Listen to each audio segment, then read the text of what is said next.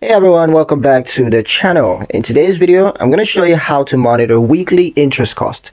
Understanding how much interest you're paying each week on your Fundbox draw is key to managing borrowing cost. Fundbox uses a weekly repayment model, so your interest builds in real time, and here's how to stay on top of it. First step is to log into your Fundbox account. So visit fundbox.com and go to your dashboard. From there, click on the Activity or Repayments tab.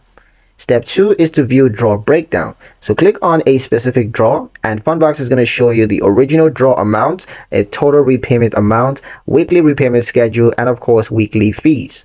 For example, if you borrow $1,000 for 12 weeks, the repayment might be $87.50 per week with a $4 to $7 of that being interest. Step 3 is to calculate weekly interest manually.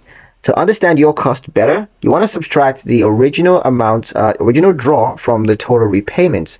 Divide that by the number of weeks. For example, if you borrowed $1,000, total repayment is 1,050. Then the weekly interest was going to be 1,050 minus 1,000 divided by 12, which is going to give you $4.17 per week. Step 4 is to track multiple draws together. Now, if you have several active draws, you want to export your repayment history as a CSV, sort by date or draw ID, also add up weekly interest cost across all draws, and this gives you a total interest outflow per week. Step 5 is to set reminders and budget. Create reminders in your calendar or budgeting softwares to check weekly interest each month or repayment day. Compare with revenue to ensure return on investment, and also adjust draw size or term length to lower costs. Keeping an eye on your weekly interest can help you to reduce borrowing or repay faster to save money.